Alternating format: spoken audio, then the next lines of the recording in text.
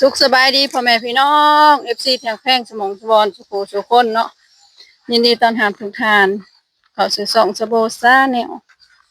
เพราะว่าทั้งฝั่งลาวฝั่งไทยหรือว่าทั้งต่างประเทศ USA เนาะพี่น้องรับเลย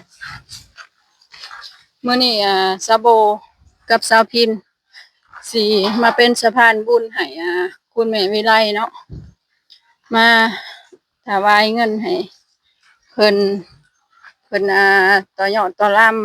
ำหรือว่าเป็นเจ้าภาพในงานผาป่ารวมต่อยอดในงานบุญผาป่าเนาะพี่น้องเพราะว่าครูบาจอยแล้วก็ครูบาป่องเพิ่นได้เฮ็ดผาป่าเมื่อบ้านเมื่อสร้างหอกองเนาะพี่น้องแล้วก็คุณแม่วิไลพร้อมครอบครัวของเพิ่นคุณแม่วิไลคำมณีวงศ์เนาะพร้อมครอบครัวสบายดีสะพินสบายดีเป็นได้เดี๋ยวพร้อมครอบครัวของเพิ่นเนาะเฮาก็สิได้มาเป็นสะพานบุญให้เพิ่นพี่น้องจ้าสาธุโมทนาบุญนำเพิ่นเนาะสาธุนำเพิ่นให้เพิ่นได้บุญหลายๆตอนนี้ก็ทีมงานก็ได้แต่ชาวพินพี่น้องเอ้ยจักไปทางใดเบิดครูบาสิอยู่บ่โอ้ยเย็นเนาะเสียงเทศอยู่ในห้องพุ่นเด้อพี่น้อง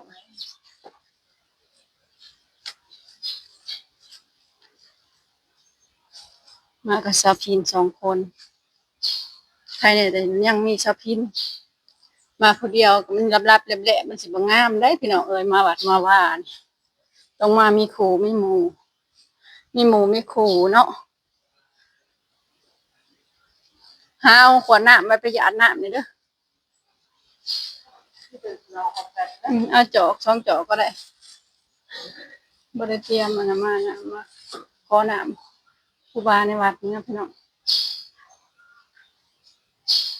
ตอนนี้ชาวพิมพ์กำลังแต่งอันนี้พี่น้องแต่งคันดอกไม้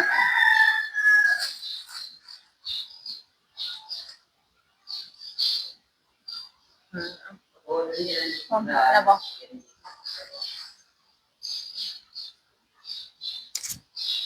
เขียนเลยมันต้องเขียนให้ตัวยอเป็นเขียนเป็นคาถามันจะเป็นตัวยอเรียกเองผมคือคุณผมคือคุณว่าแต่ขน่อยลงครูบาก็ลงคือกันนี่ขน่อยเย็บทุงเทียนมากก็ได้3-4เล่มได้สี่เล่มได้ชอบผูจะว่าใหม่จะเป็นเจ้าสิแผ่ต้นสามัคคีหรือเจ้าสิโม่ต้นสามัคคีเดี๋ยวเอ้ยมานำกันนี่ตกลงนี่จักผู้ใดอันนั้นกันแน่จะพิมพ์ก็สิลุงมาแผ่ต้นสามัคคีเพิ่นว่าที่จริงสิโม่ที่จริงสิโม่ต้นสามัคคีว่าสิมาแผ่ต้นสมุกี50 บาทค่ะสาธุนำเด้อต้นสมุให้อยู่ดีมีแฮงเขาเรียกจดแต้มเพราะว่าของเจ้าภาพจากเมืองนอก กินไปว่าเพิ่นก็มารวมงานนั่นแหละมารวมต่อยอดเป็นเจ้าภาพผาป่านำนี่ออกเนี่ยออกวิไลก่อนนี่ออกกินเนาะยังบ่แล้วหัวหน้าถาโลด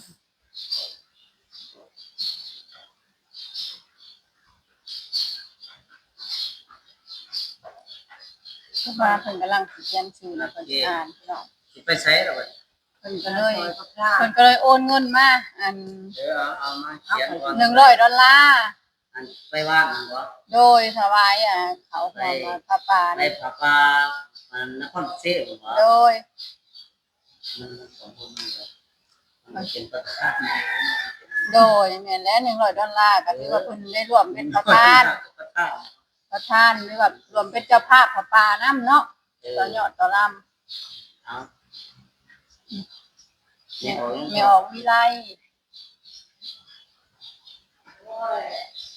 คำมณีวงศ์กินได้ คำมณีวงศ์มัน วง พร้อมครอบครัวร่วมต่อยอดเป็นเจ้าภาพผ้าป่านั่นนี่บ่ บอกว่าเป็นประธานอยู่แล้วเนาะ100 ดอลลาร์โดยภาษาว่าแล้วแต่ครูบาสิ ประ ใช้ ธานใหญ่อยู่แล้วเนาะประธานบ่$100เนาะ 100 ดอลลาร์จาก USA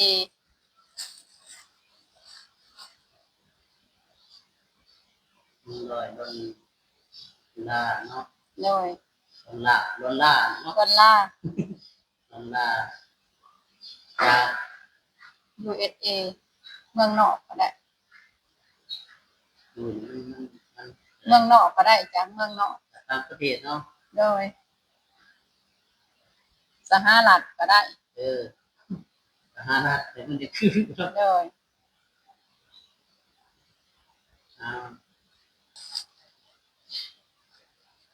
ว่าใส่ไม้มันบอกว่าใส่ไม้บอกโบราณ ที่ครูบานั่นนี่แหละแต่ว่าขน่อยเอาออกมาเป็นเงินกีบ เงินกีบ เพราะว่าส่วนใหญ่ภาคปักเซ่เงินกีบหลายกว่าทางนี้ ถ้าใส่เงินบาท คันเอาเงินบาทไปแลกเป็นเงินกีบทั้งพุ่นนะมันได้ต่ำเรทต่ำขน่อยก็เลยเอาออกมาเป็นเงินกีบ มันคือเป็นเงินบาทเนี่ยกันมาใส่โอเค โดย อะไรนี่คือนะ โดย$100นี่ได้อยู่2,150,000กีบแล้วก็ เป็นเงินกีบเนาะ โดย 2,150,000กีบ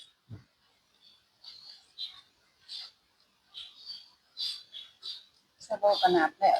เนาะ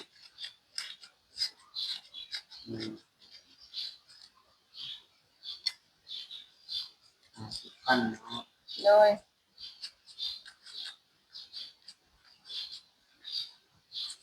ครบที่ดอกนับอยู่ชั่วโมง 2,150,000กีบ โดย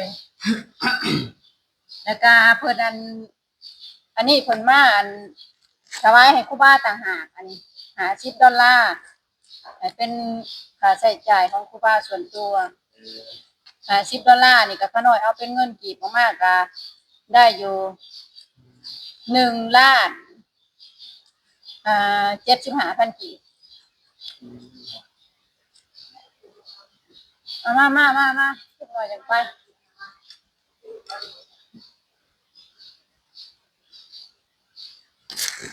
โมทนาบุญนำกัน อันนี้ส่วนนี้ให้ย่าแยกไว้ใส่ส่วนตัวเด้อขน้อยตัว100นี่นะถวายรวมผ้าป่านี่อยู่แต่ก็สิใส่ในคันเดียวกันเลยเดี๋ยวแล้วละย่า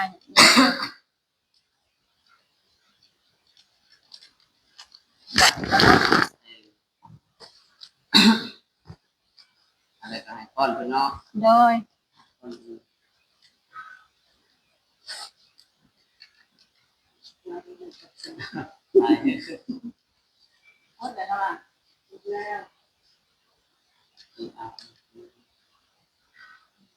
อาสาธุอานุโมทามิขอให้บุญเป็นกุศลเด้อกษัตริย์โปรโมทนาบุญนำทางครอบครัวเมนออกพี่ได้คำมณีวงศ์ความเกิดครอบครัวเป็นเจ้าภาพเจ้าศรัทธาเป็นประมุขประธานใหญ่ในงานบุญปาปาสามัคคีที่วัดเกิดเมืองนอนอัตมาภาพก็คือวัดแขกสะอาดนครปากเซ่กษัตริย์โปรโมทนาบุญนำทางครอบครัวเมนออกพี่ได้คำมณีวงศ์ความเกิดครอบครัวมาจาก USA มาจากสหรัฐกษัตริย์โปรโมทนาบุญนำสาธุเด้อขอให้ได้บอกพี่ได้มีแต่ความสุขความเจริญให้สุขให้โศกให้โรคให้ภัยมีแต่อายุวันนาสุขภาระปฏิบัติคุณสารสมบัติเด้อไม่ออกพี่ได้เด้อให้มีแต่ความสุขความเจริญให้มีแต่อายุวันโนสุขภาระมันยืนเด้อกษัตริย์โปรโมทนาบุญนำก็มีปัจจัยเพิ่นกระถวายให้อัตมาภาพใส่ในการเดินทางก็คือมีปัจจัยอยู่50 ดอลลาร์ เนาะกระตกเป็นเงินกีบอยู่175,000 กีบเนาะกสาธุโปรโมทนำเด้อเนาะทางครอบครัวแม่ออกวิไลคำมณีวงศ์เนาะพร้อมด้วยครอบครัวกสาธุโปรโมทนำเตรียมรับพรอยากนำเด้อสาธุยะถาวาริวหาปุราปาริปุเรนติสาคารังเอวะมิวะอิโตทินังเปตานังอุปกปปติอิสิตังปฏิตังตุมหังคิปะเมวะสมิจจตุสัพเพปุเรนตุสังกปปาจันโทปนาราโสยถามณีโสติราโสยถาสัพพิติโยวิวัชชันตุสัพพะโรโควินาศตุมาเตภวันตุตรายโยสุขิติกายุโก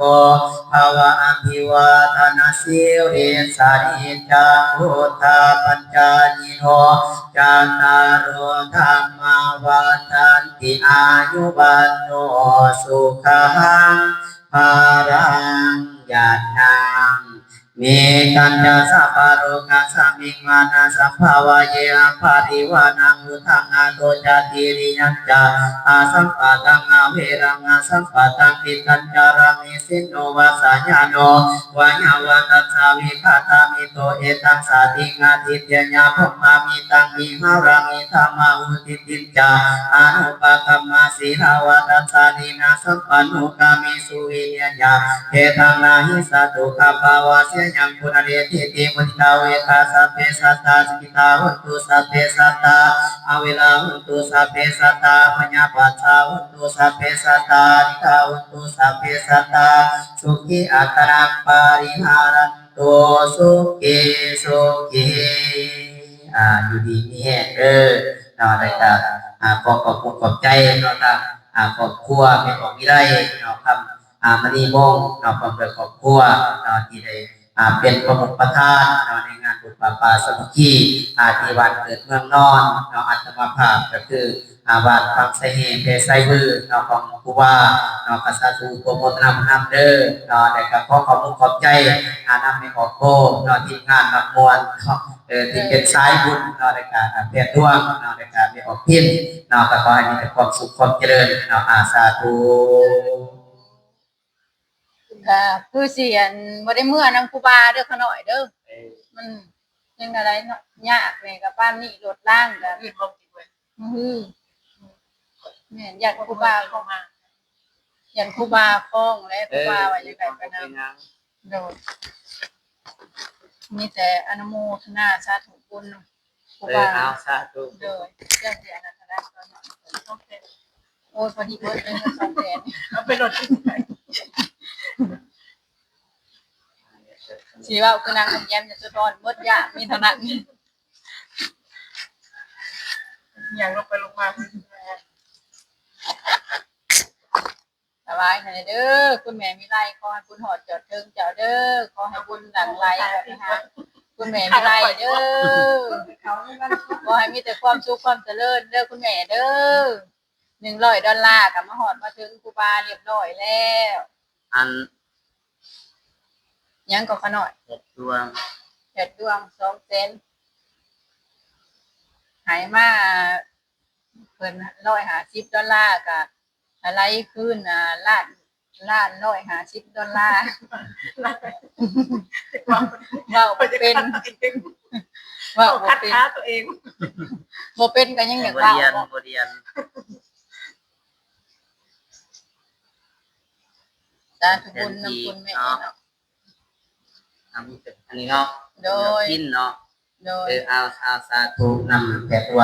เนาะอยู่ดีมีแห้งเตรียมรับพรตัวสัพพะโลกาวินิโมโตสัพพะสังฆาปวาสิโตสัพพะเวระนั่นแหละญาติไปต้นข้าวนั่นแหละเป็นข้าวหังข้าวมีข้าวลำข้าวรวยเป็นความเสื่อม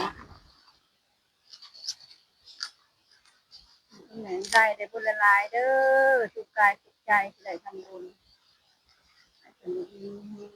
ลำด้วย